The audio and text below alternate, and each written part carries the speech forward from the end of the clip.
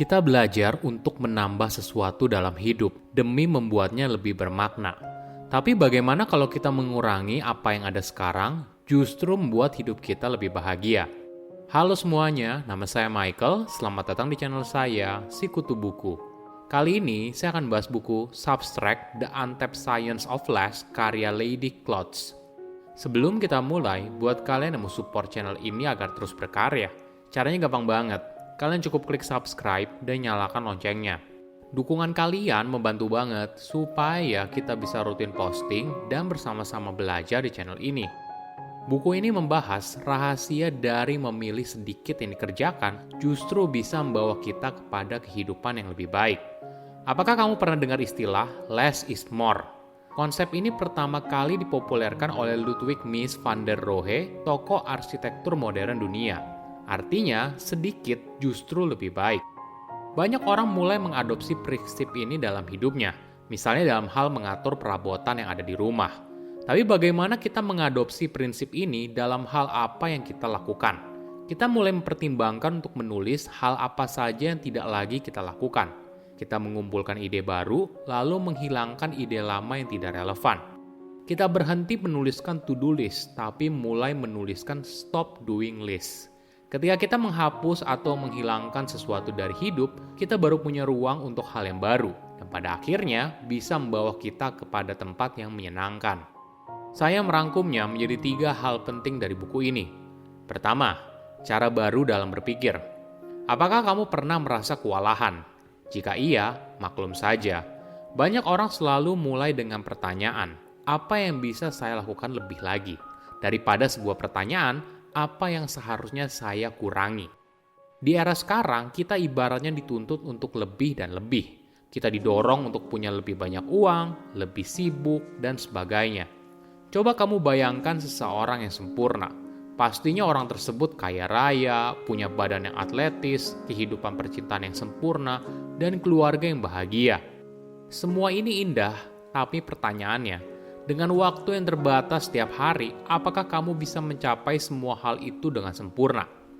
Daripada sibuk menambah sesuatu dalam hidup, apakah kamu pernah mencoba pendekatan yang lain? Bagaimana kalau kita memilih bagian mana untuk dihilangkan? Ada sebuah cerita yang menarik. Suatu hari, penulis bermain Lego dengan anak laki-lakinya yang masih berumur 3 tahun. Mereka sedang membuat jembatan, tapi jembatan itu tidak sama tinggi. Karena satu tiang yang menyangga jembatan ternyata lebih pendek daripada tiang yang lain. Penulis selalu menambah 1 blok pada tiang yang lebih pendek. Tapi sebelum penulis sempat menambahnya, anak laki-lakinya sudah mengurangi 1 blok dari tiang yang lebih tinggi. Di momen itu, dia menunjukkan kepada penulis sebuah ide yang luput diperhatikan kalau ada cara lain untuk membuat jembatan itu sama tinggi. Hal yang sama juga terjadi bagi kebanyakan orang. Misalnya saat menyusun jadwal jalan-jalan, membuat resep, dan menulis. Ketika kita berusaha mengubah sesuatu dari yang sekarang menjadi sesuatu yang kita inginkan, insting pertama kita selalu mengarah pada kalimat, apa yang bisa saya tambahkan? Artinya, kita sudah melewatkan cara sederhana yang lain untuk membuat perubahan.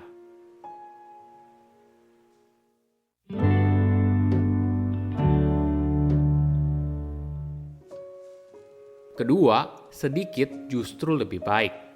Ada sebuah riset yang menarik. Penulis menjalankan riset ini dengan orang yang ada di kampus. Jadi ada sebuah Lego, lalu para responden diminta untuk membuat bangunan Lego itu menjadi lebih baik. Dari 60 peserta, hanya 1 orang yang memilih untuk mengurangi Lego blok dari bangunan tersebut. Sisanya berusaha menambah Lego untuk membuatnya lebih baik. Padahal dengan mengurangi 1 Lego blok, maka bangunan itu akan menjadi stabil. Hal yang sama juga terjadi pada riset yang lain. Kali ini, penulis meminta para peserta untuk mengimajinasikan sebuah perjalanan ke Washington DC. Dia lalu memberikan sebuah rangkaian perjalanan yang tidak masuk akal. Misalnya 7 aktivitas dari jam 10 pagi hingga jam 3 sore. Lalu 7 aktivitas lagi dari jam 4 sore hingga 10 malam. Para responden diminta untuk mengurangi aktivitas dari jadwal perjalanan mereka atau mereka boleh menambahkannya lagi. Hasilnya, 80% orang justru memilih untuk menambahkan aktivitas dari jadwal yang sudah padat. Kesimpulannya, mayoritas orang justru tidak pernah terpikir kalau mengurangi sebagai pilihan. Mungkin banyak orang kesulitan ketika mereka diminta untuk mengurangi sesuatu. Maklum saja, hal ini berlawanan dengan apa yang selama ini mereka pelajari. Tapi cara pandang yang baru ternyata bisa memberikan hasil yang luar biasa. Penulis bercerita soal sepeda untuk melatih keseimbangan dengan merek Strider Bike. Ini merupakan sepeda untuk anak balita, mirip seperti sepeda biasa, tapi bedanya tidak ada pedal goes. Ketika anak balita sudah bisa berjalan, maka dia sudah bisa duduk di atas sepeda ini. Awalnya mungkin dia hanya berjalan saja. Lalu lama-kelamaan anak ini belajar kalau dia bisa mendorong kakinya untuk membuat sepeda itu bergerak lebih cepat. Hingga akhirnya anak balita tersebut sudah bisa menyeimbangkan tubuhnya di atas sepeda.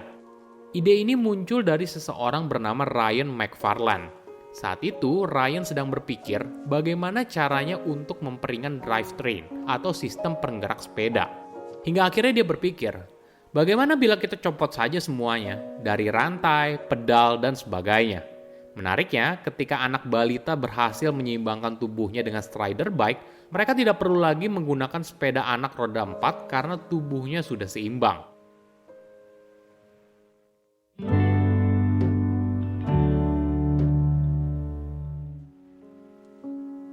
Ketiga, keseimbangan antara tambah dan kurang. Filsuf terkenal dari Cina bernama Lao Tzu pernah berkata, untuk mendapatkan pengetahuan, maka kamu perlu menambahkan sesuatu setiap harinya. Tapi untuk mendapatkan kebijaksanaan, maka kamu perlu menguranginya setiap hari. Kutipan ini sangat menarik dan mengajarkan kita untuk tidak melihat segala sesuatu dari sudut pandang hitam atau putih. Misalnya, kita berpikir kalau kita menambahkan sesuatu artinya kita tidak boleh mengurangi. Atau sebaliknya, ketika kita tidak menambahkan sesuatu, maka kita harus menguranginya. Tapi bagaimana kalau kita beralih dari pemikiran tambah atau kurang menjadi tambah dan kurang? Ada contoh yang menarik. Seorang seniman asal Amerika Serikat bernama Maya Lin dikenal sebagai kreator di balik Vietnam Veterans Memorial di Washington DC.